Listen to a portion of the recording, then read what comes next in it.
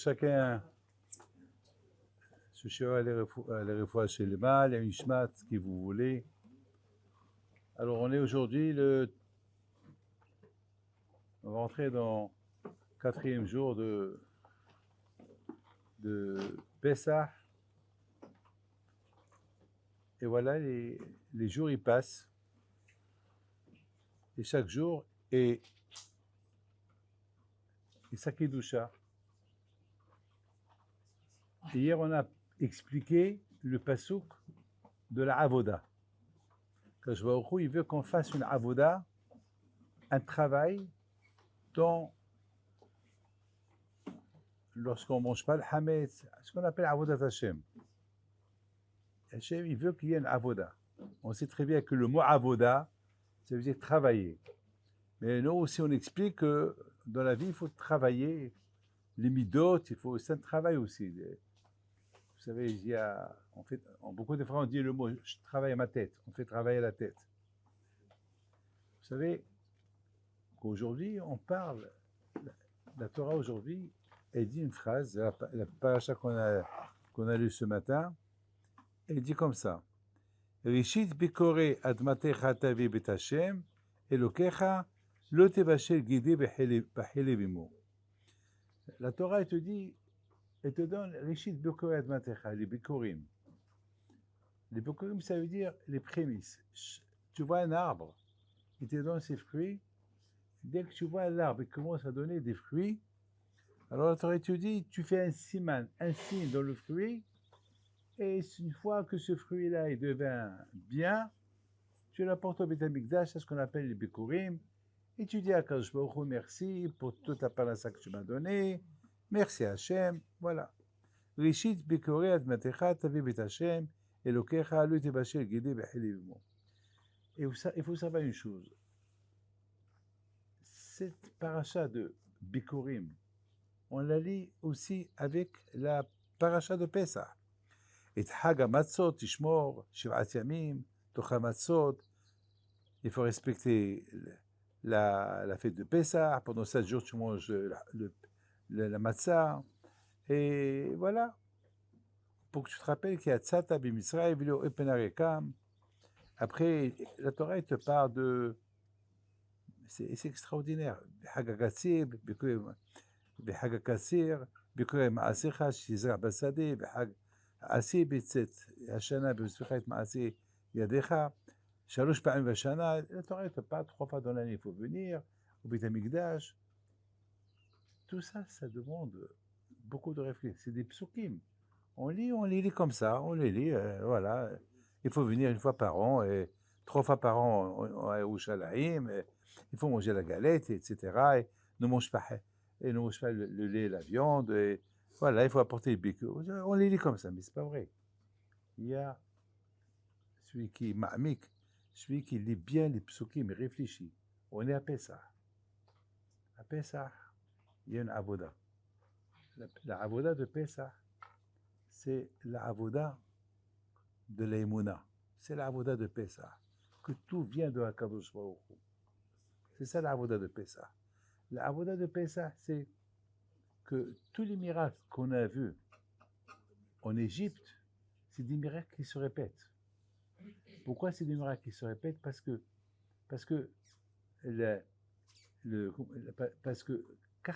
comme ça, comme ça, parce que lorsque il y a les lumières qui ont été créées, la fête de Pessah, il ne peut pas s'éteindre.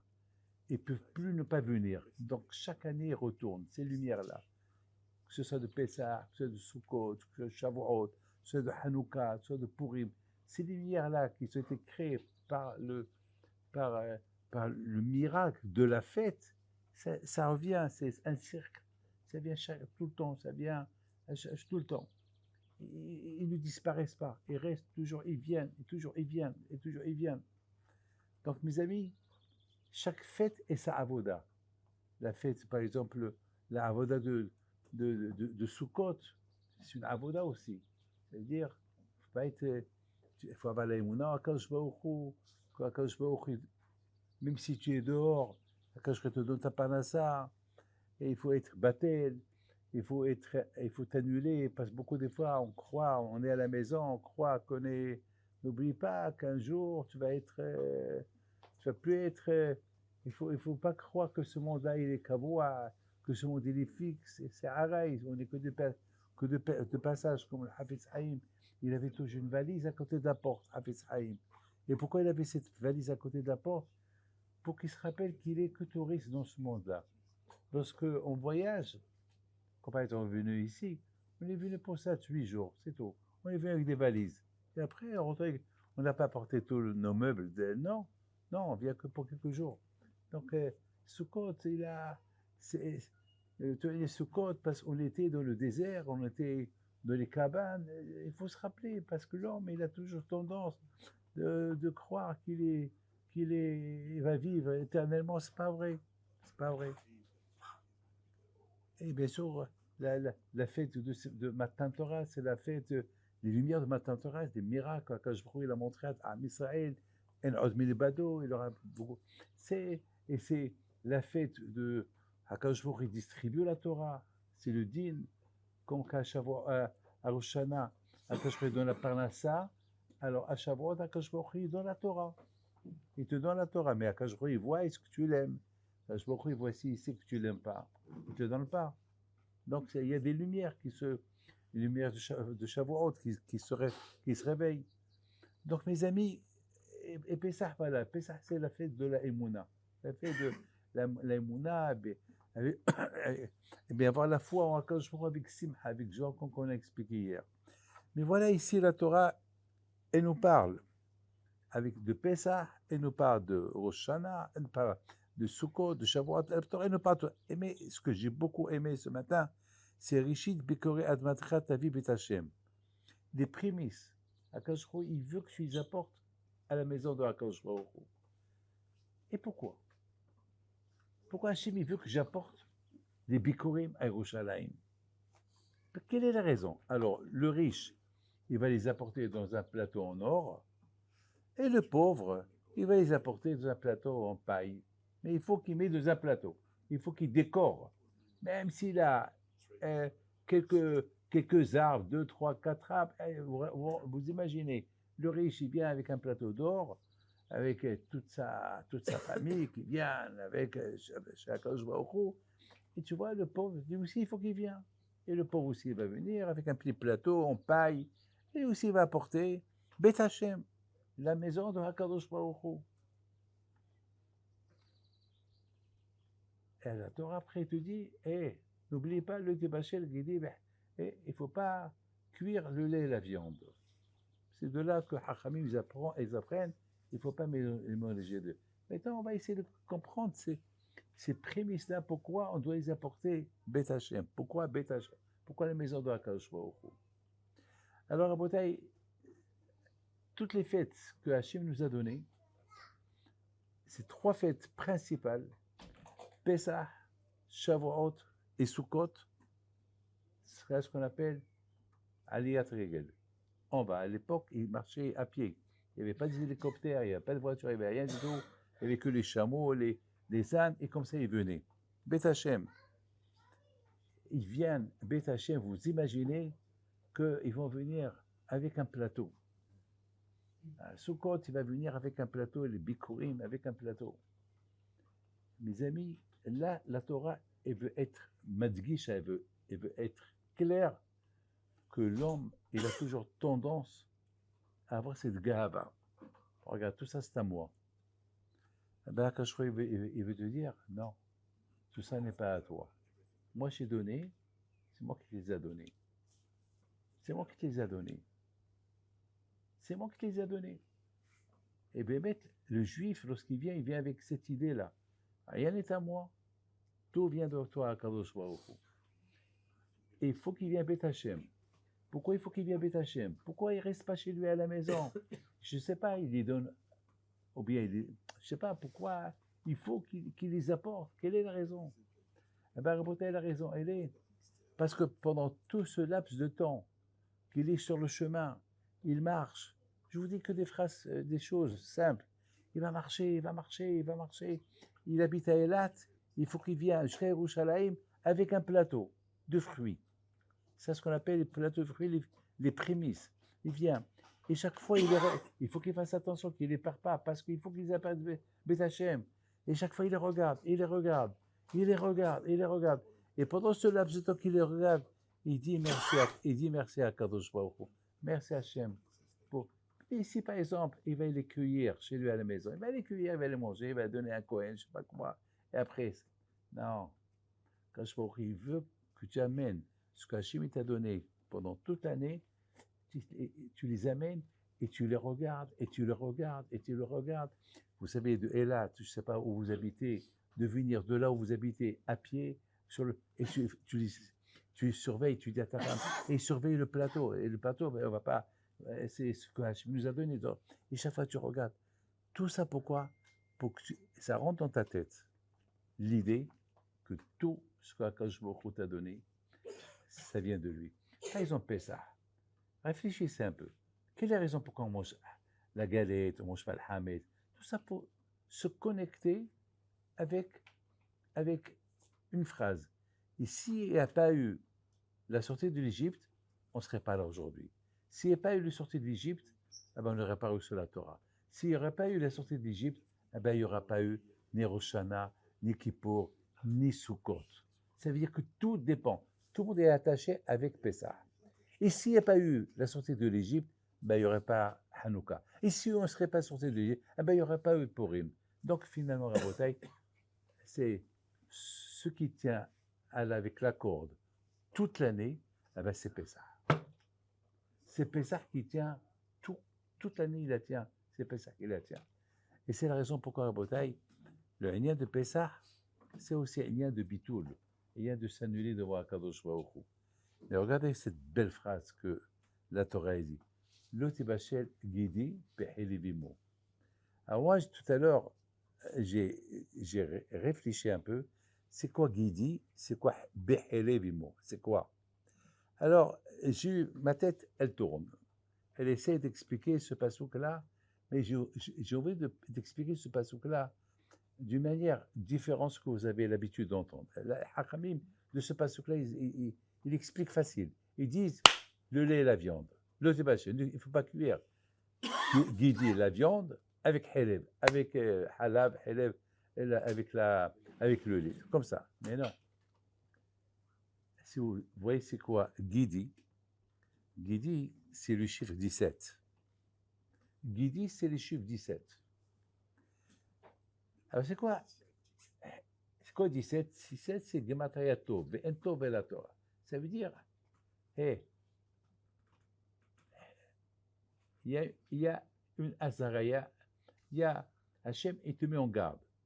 Et c'est quoi Helev? C'est quoi Helev? Helev, c'est quelque chose qui est gras. Gras. La Torah veut te dire, tu ne peux pas faire cuire et la Torah et Olamazé. Ça ne marche pas, le matériel.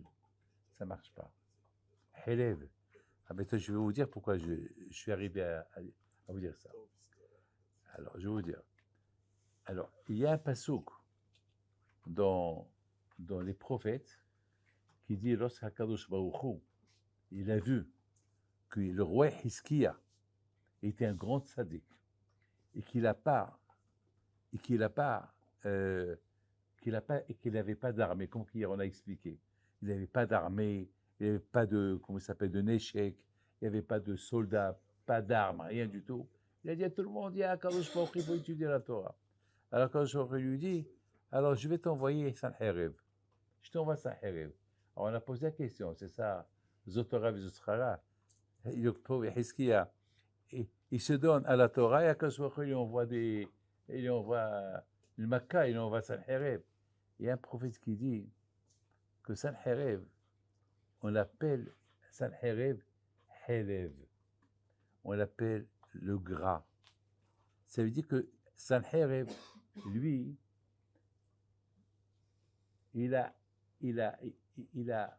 amené le monde entier dans, comment ça s'appelle, dans, allez, oublie le spirituel, il n'y a que le matériel, Helev, gras, Schumann, la Grèce, elle a, Shamel Atzmecha, soit, Hakadosh Baruch Hu, il a dit à à Hiskia, étant donné que toi, tu es attaché à la Torah, alors tu ne vas pas être, parce que tous les liens de la Torah, c'est pour ne pas tomber dans comment ça s'appelle, dans le matériel. C'est vrai, le matériel, on a besoin.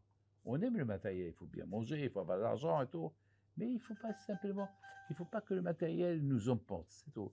Il faut qu'on n'oublie pas qu'il y a un Kadosh Baruch Hu, c'est tout. Et c'est ça, l'autre Vachel Guidi, Helevimo. Tu ne peux pas mélanger les deux. Guidi, c'est la Torah, Helev, c'est le Shuman. Shuman, c'est le gras, tout ce qui est gras, tout ce qui est matériel. Les deux ensemble, ça va pas. Il faut, on a besoin, mais il ne faut pas que ça te tourne la tête. Alors maintenant, j'ai vu dans un livre, écoutez très bien, j'ai vu dans un livre qu'il explique qu'à l'époque, au Beth Amikdash, Blé Anara, il mangeait beaucoup, je crois que c'est la Gemara aussi qui apporte ça, il mangeait beaucoup de viande, parce qu'il y avait Korban Pessah, il y avait Korban Hagiga, et il y avait d'autres Korbanot, parce qu'il y a des gens qui ont fait des fautes, alors ils apportaient Korbanot pour les fautes qu'ils ont fait. Ben, ils mangeaient beaucoup de viande, et avec de la viande. Alors, lorsqu'il y a beaucoup de viande, alors vous savez, ils apportaient aussi des vaches, et alors les vaches, ils risquaient de faire du lait.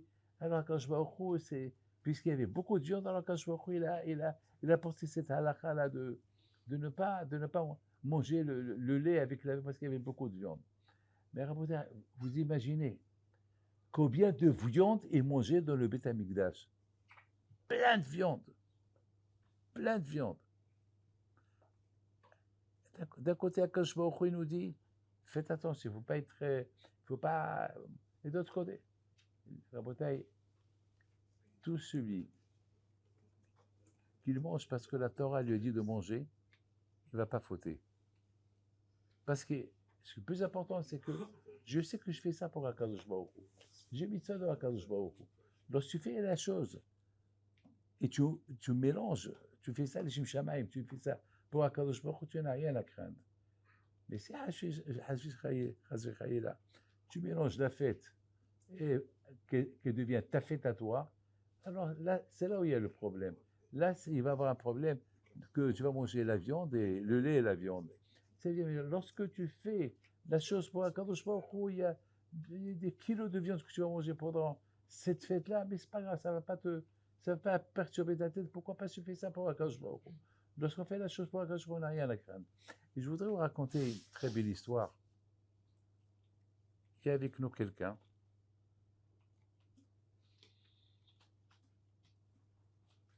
Mais vous allez. Il est d'Argentine.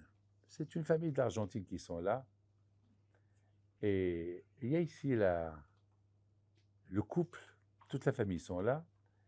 Et il y a une fille qui s'est mariée l'année dernière. C'est moi qui ai fait le Kiddushin en Argentine. Écoutez l'histoire.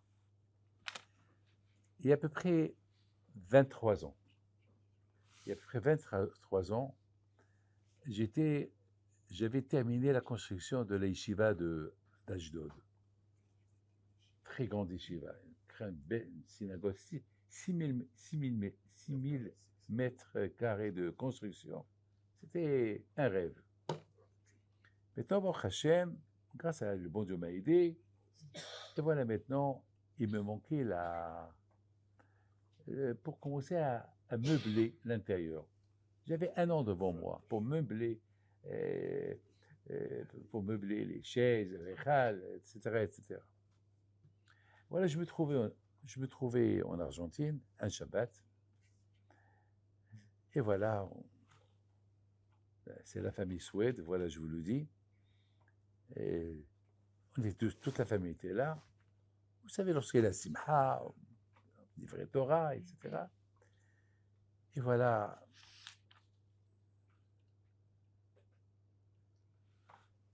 un des enfants du père Suède me dit, voilà, Rabbi David, voilà, je suis marié depuis longtemps, j'ai pas d'enfant, et voilà, et à quoi ça sert? Voilà, on a une belle maison, on a tout ce qu'il faut, mais s'il n'y a pas des enfants, à quoi ça sert?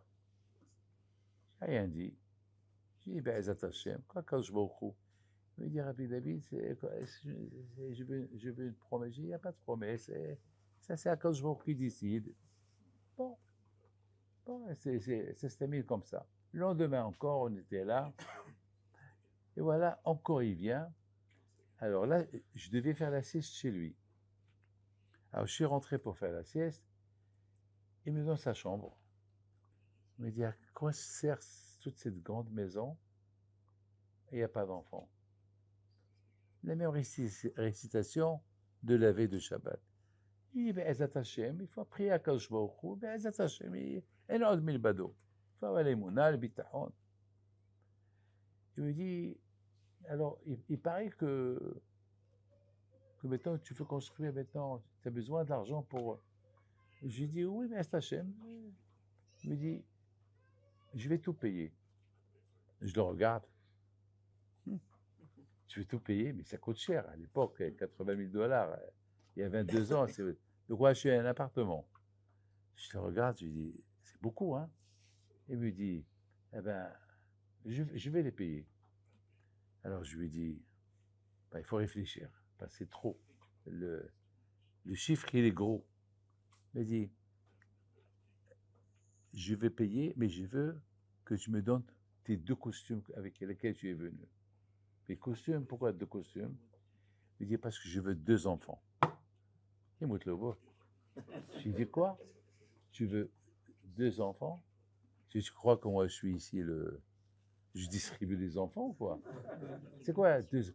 Il dit, ben, pourquoi pas? Kadosh Baruch Hu, moi voilà, c'est Bet Hashem, la maison de Kadosh Baruch Hu, c'est pour construire la maison de Kadosh Baruch Hu. Je dis, il faut que je réfléchisse. Mais parce que tu as la Emouna, je te donne mes 2 costumes, et pour l'argent, on réfléchit. Parce que c'est trop, le chiffre il est gros. Et me dit Rabbi David, je veux faire ce qu'on appelle, j'ai dans mon compte 80 000 $, je vais donner 80 000 $ pour, je vais tout payer. C'est Gustavo Swed, voilà, vous le connaissez. Je lui dis, il faut que je réfléchisse. Mais entre-temps, je suis retourné en France et on m'appelle d'Israël que l'argent, elle est arrivée déjà. J'ai dit, c'est pas possible. Déjà, il a envoyé l'argent. Je l'appelle, je lui dis, mais attends, c'est pas possible, pourquoi tu as... Il m'a dit, non, ça y est, tu m'as donné tes 2 costumes, pour moi, c'est fait. J'ai dit, attends, mais c'est pas... J'ai commencé à réfléchir, j'ai dit, dans ma tête, j'ai dit, à Kadosh Baruch Hu, ne me fais pas honte. Ne me fais pas honte. Regardez, Rabotai, c'est ça, l'otébachil guidi be'elevimo. C'est quoi l'otébachil? Lorsqu'on fait une mitzvah, guidi, ça veut dire, Gemataria 17, Tov, une mitzvah, il faut la faire bien.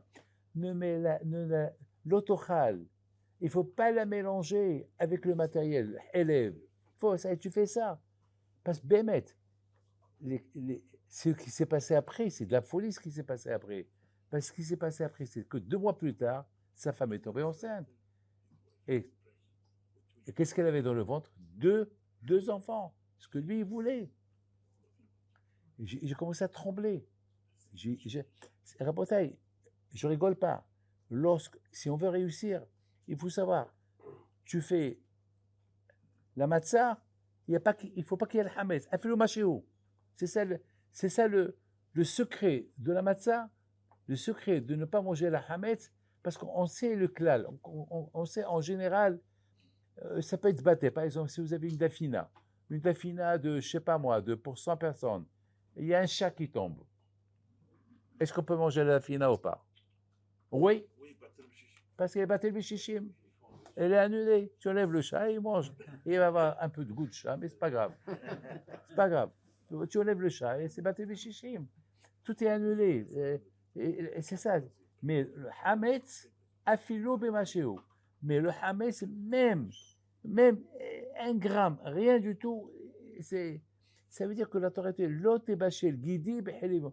Lorsqu'on te dit ne mange pas le hametz, ne mange pas le hametz. Lorsque la Torah te dit il faut faire Korban Pessah, comment je vais, c'était dur de faire Korban Pessah en Égypte, devant l'Égyptien. Aujourd'hui, on peut le faire, il n'y a pas de problème. À l'époque de Beth Amikdash, tout le monde apportait son mouton élevé devant tout le monde, il n'y a pas de problème. Mais en Égypte, prendre la Avodah Zara égyptienne devant l'Égyptien et, et, et, et dire aux Égyptiens, voilà, je vais l'égorger, c'est quoi en effet, c'est mettre ta vie en danger. Rabotai, Hachem, il a dit, c'est ça la condition pour sortir de l'Égypte. La condition pour sortir de l'Égypte, il faut que tu fais cette mitzvah intégralement bien. Sinon, tu restes en Égypte. Et on a vu que tout le monde l'a fait. On a vu, Béhémet, que Baruch Hashem, tout le monde est sorti de l'Égypte. Ça veut dire que tout le monde a fait cette mitzvah-là de Korban Pessah, ils l'ont fait Bimsirot Nefesh. Et en plus, ils ont même fait la bris Mila. Et j'aurais pu dire à Moshe Rabbeinu, Moshe, on ne peut pas faire la bris Mila, comment? On sort ce soir, et on fait la bris Mila le matin. Attends, et en plus, on va tuer la Avodah Zara égyptienne. Alors, tous on va être malades, les Égyptiens vont nous frapper, ils vont nous tuer. Ils n'ont pas dit ça à Moshe Rabbeinu. Ils ont dit, ils ont été jusqu'au bout. Et c'est ça, Rabotai, le pshat, lo tebachel gidi behelevimu. Tu veux réussir dans ta émouna en Akadosh Baruch Hu, tu ne mélanges pas la Torah avec le matériel. On a besoin du matériel pour faire la Torah, mais on n'a pas besoin de les mélanger ensemble pour les rendre pour mon profit personnel. Comme c'est écrit, Ata Torah Kardon La'Foba. Il ne faut pas utiliser la Torah comme une pioche pour l'utiliser. La Torah, c'est la Torah, toi, c'est toi. Alors, à Bretagne, ce monsieur-là, il a eu une fille et un garçon. Et la fille qu'elle est là, elle est avec nous ici à l'hôtel, c'est elle qui s'est mariée. C'est elle qui est née de... Parce que ce monsieur-là, son père, lorsqu'il a fait cette mitzvah, il l'a fait. Il a fait. Il a tout donné. Je vous donne la parole d'honneur. Il a tout donné. Ça veut dire qu'il ne restait même pas $1. Je lui dis, mais attends, mais il a dit, il a dit comme ça, je veux faire cette mitzvah de tout mon cœur, comme ça, quand je crois aussi. Vous savez, beaucoup des fois, selon l'action, la mission de nefesh que la personne il fait de la mitzvah, eh bien, Akadosh Baruch Hu, il rend intégralement. Comment? Selon comment tu l'as fait. L'autre, il va chez guider Behelebibo. Par exemple, et j'ai encore 5 minutes et j'arrête. Quelle heure il est? C'est l'heure? Hein? Alors, écoutez-moi. Lorsque par exemple la Torah, elle te dit, et ça c'est beau de savoir, elle te dit, Rishit Bekore Admatecha Tabiem Bet Hashem. On te dit, tu apportes les prémices de la maison de Akadosh Baruch Hu. Déjà, pourquoi la Torah te dit Bet Hashem? Et la Makom, pourquoi tu dis la maison d'Hachem? Ça veut dire que, regardez comment Akadosh Baruch Hu te dit, comment Akadosh Baruch Hu, il sait que l'homme, il a le Yetzara. Akadosh Baruch Hu, il sait que s'il devient riche, le Yetzara, il est là. Pour même les mitzvot qu'il va faire, il va le faire avec Gava, Tata. Hachem, il sait. C'est pour ça qu'Akadosh Baruch Hu, il rappelle la personne. Il dit non, ce que je t'ai donné, les prémices, des fruits, les terrains que tu as, et tu vas les apporter, que tu es riche, tu es pauvre, tu les apportes, comme ça tu les vois à chaque seconde, sur le chemin, tu les regardes, et tu les regardes, tu les vois. Et à quoi tu vas penser? Bet Hashem, je les apporte à la maison de Hakadosh Baruch Hu. Ça veut dire qu'Hakadosh Baruch Hu, depuis le départ, depuis que tu commences à voir tes arbres, ils commencent à faire des fruits, tu fais là-bas un siman, voilà, c'est la première pomme, voilà, c'est les fleurs, voilà, c'est de là. Parce que c'est là, ce là, c'est pas pour toi, c'est pour Hachem, Bet Hachem. Vous vous rendez compte? Et c'est comme ça qu'il va voir l'arbre se remplir, il va voir l'arbre se remplir, il se remplit, mais sa tête elle est où? Dans cette petite ficelle rouge où il a fait le signe, ça c'est pour Akadosh Baruch Hu. Alors lorsque la personne fait ça, donc ça veut dire il y a ici un Gilouï Da'at. Il dévoile que tout ce qu'il a, ça vient de Akadosh Baruch Hu. Et tout ça, c'est la raison pourquoi Rabotaï, que ce soit Pessah. Pessah, on fait Pessah. Pessah, c'est pas que la fête de nettoyage. Pessah, c'est de notre propre nettoyage. Et Matin Torah, c'est pareil. Sfirata Omer, c'est pareil. Et c'est chaque chose, c'est pour Akadosh Baruch Hu. Et, et pour arriver à cette belle phrase qu'elle te dit, Lo tevachel gidi be'elevimo. C'est vrai, kol hakavod. Tu fais tout ça pour Akadosh Baruch Hu. Mais est-ce qu'il n'y a pas une petite pensée, il n'y a pas des arrière-pensées que Zamak, soi-disant qu'il y a toi dans l'affaire, tu penses à tes trucs personnels? Non, non. L'autre est Bachel. Et c'est ça la matana quand je lui ai donné à Hizkiya.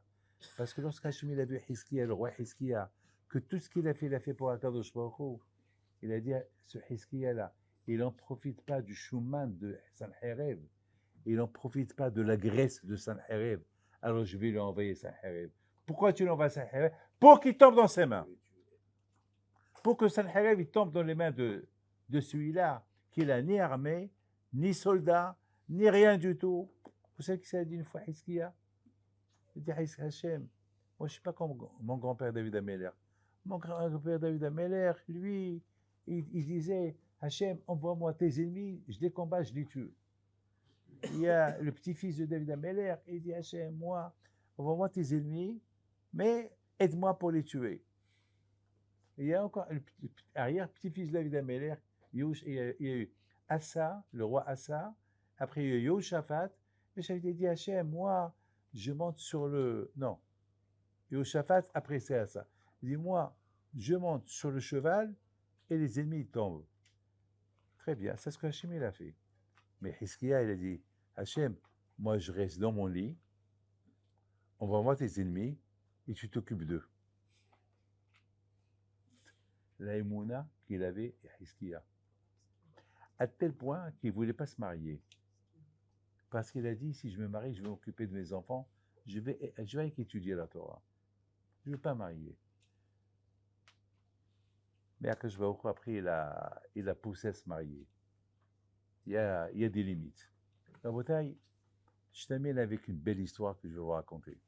Je vous ai raconté l'histoire de cet Argentin, comment il a fait sa mitzvah, et grâce à Dieu, il ne manque rien du tout. Il a gagné et ça, bon, il a aidé, et spirituellement, et matériellement. On dit dans la Emouna, mais Emouna, l'homme mafsidim. Lorsqu'on applique à la leçon le tebachel guidé, ne mélange pas les deux choses à la fois, et le guidé, et la Torah, et le Shuman, et la Grèce, tu ne perds pas. Alors, je vous raconte une très belle histoire, très très belle histoire. Il y avait quelqu'un qui habite au Canada. C'est une belle histoire. Pour moi, c'est pas un miracle, mais comment on travaille. Ce monsieur-là, il n'avait pas d'argent pour le mariage. Je l'ai aidé pour le mariage. Après, bon, Hachem, il a commencé à réussir.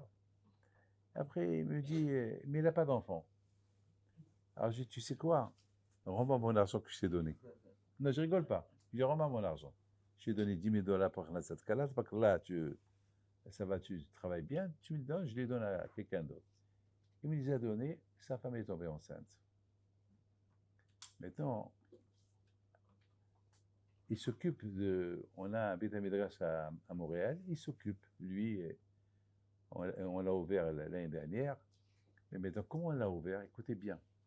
Je l'ai nommé au nom de Rabbi Amar Ben Diwan et de Rabbi Haim Pito, les deux à la fois. Il y avait quelqu'un, un rabbin, qui a critiqué Rabbi Amar Ben Diwan. Il a critiqué. Et je me suis énervé. Et dans ma tête, j'ai dit, parce qu'il a critiqué Rabbi Amar Ben Diwan, alors je vais faire un Beth Midrash au nom de Rabbi Amar. Parce que Leicester, une ville où on critique un tzaddik comme Rabbi Amar Ben Diwan, c'est dangereux pour les juifs. Donc, je leur ai dit, j'ai dit à ce groupe-là, avec eux, il y avait ce monsieur-là, il s'appelle Meir, voilà, je vous dis son nom. J'ai dit, mais il faut que Hachem il me montre un siman que Bémet, je ne fais pas cette synagogue-là avec la gave, par orgueil. Comme je viens de vous dire, le tébachel guidé, tu fais mitzvah, fais-la bien. Il ne faut pas qu'il y ait un intérêt. Il ne faut pas qu'il y ait. Alors je me suis dit, peut-être, c'est du kavod, peut-être. Je dis alors, vous deux, donnez-moi un siman maintenant que vous voulez que je fasse ce bétamidrash, un collet, tout ce que vous voulez à vos noms. Mais je vais un siman aujourd'hui, Shabbat. Donc on est parti, on devait aller faire la prière chez le beau-père de Rabbi Moshe, mon fils. On devait... Ah oui, n'oubliez pas que Shalom, mon fils s'appelle Raphaël Pinto, il s'appelle Raphaël Meir Amram, je l'ai aussi nommé sur ce tzaddik Meir Pinto, Raphaël Pinto, Amram Diwan. Donc on devait aller chez le beau-père de Rabbi Moshe, mon fils, et on arrive chez lui pour faire la prière du matin, parce qu'il faisait minyan chez lui à la maison. Il y a le salon, et de loin, et je vois un livre, comme ça, sur le canapé. Alors j'ai dit à quelqu'un, j'ai dit, je t'en prie, là que le livre, haram, il est à l'envers, c'est pas kavod, c'est un livre de Torah, mais il va, il le prend. C'était quel livre? Quel livre? Les histoires de Rabbi Amram ben Diwan. Alors j'ai dit, ça y est, la même année, je l'ai ouvert. Les tzadikim, ils ne sont pas morts, hein. Ils sont vivants, les tzadikim. Ils ne sont pas morts. Voilà. Alors, la même année, Baruch Hashem, il est ouvert, il y a un collège Yato. Maintenant, ce meilleur rayon, c'est lui qui s'occupe du minyan, le collège, il s'occupe. Sa femme, elle arrête, ça fait, mettons, 3 ans qu'elle n'a pas d'enfant. Elle a eu le premier, Baruch Hashem, maintenant, il m'a payé, maintenant, il veut. Et je lui dis, ben, Hachem, quand tu es le premier, tu es le deuxième, Baruch Hashem, un jour, il m'appelle, il pleurait au téléphone. Il pleurait au téléphone. Je lui dis, qu'est-ce que tu as, pourquoi tu pleures? Et il me dit, la secrétaire de la yeshiva, elle m'a fait honte, elle m'a crié, elle m'a insulté. Et Rabbi David, je t'en prie, je vais quitter. Je peux pas. Elle m'a humilié. Je lui dis, écoute-moi, mon fils.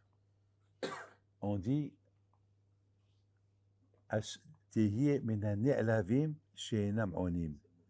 celui qui reçoit des tannées, des coups, celui qui reçoit des hontes, ils acceptent, c'est de Hachem. Tu ne perds pas, peut-être, c'est ça que tu avais besoin pour avoir un enfant. Ne te venge pas d'elle, le contraire, elle t'accuse, demande-lui pardon. Ben, dis, Rabbi, oui, tu lui demandes pardon. Et c'est ce qu'il a fait. Eh bien, 1 mois plus tard, sa femme est tombée enceinte. Oui, Rabotai, c'est ça le Tébachel guidé Behelivimo. Une mitzvah, lorsqu'on l'a fait, on fait la bien, on ne la fait pas. Parce que, bien sûr, il faut toujours faire. Mais à quoi sert de faire une mitzvah? Guidi, c'est tov. Guidi, c'est une mitzvah, très bien. Mais tu la mélanges avec le kavod, avec le helev, avec la graisse, avec le kavod. Tu la mélanges. Tu perds le bénéfice. Et Rabotai, c'est ça les fêtes. Que ce soit Sukkot, que ce soit Pessah, que ce soit Rosh Hashanah, que ce soit Shavuot, n'importe quelle fête que Hachem nous a donnée, il faut les rendre il faut les rendre, écoutez bien, je termine, hein, il faut les rendre Rishit Bikore Admatera. Il faut chaque fête la rendre Rishit, la rendre la meilleure, la mettre priorité. Pessah, c'est Rishit, c'est priorité, c'est Bechor pour moi. Sukkot, c'est pareil. Hanouka, c'est pas. Chaque mitzvah qui vient dans tes mains, que Hachem il te donne, rends-la Rishit, rends-la début. Parce que toujours le début, lorsqu'on se marie, super, tout est content, mais après, c'est la guerre. Non. C'est pour ça qu'on dit, il faut un mariage, et s'il commence bien, alors fait que ça continue toujours bien, bien, bien. Fais de tout ce qu'Akash Baruch Hu te donne, et rends-le richit. Et si tu le enrichis, alors tu vas réussir en tout. Et en plus, tu vas avoir une satisfaction. Tu vas être heureux, tu vas être content. Et en plus, le tébasuel guidé bimo. Ça veut dire, si la chose elle est guidée, qu'elle reste guidée. Mais si tu la fais cuire avec du chouma, avec de la graisse, tu perds le bénéfice de la mitzvah. Et c'est ça, Rabotai, Pessah. Pessah, c'est l'émouna. Alors que l'émouna, elle soit parfaite, que l'émouna, elle soit adasof, jusqu'à la fin. Et si, Bémet, l'émouna, elle est jusqu'à la fin, alors on réussit.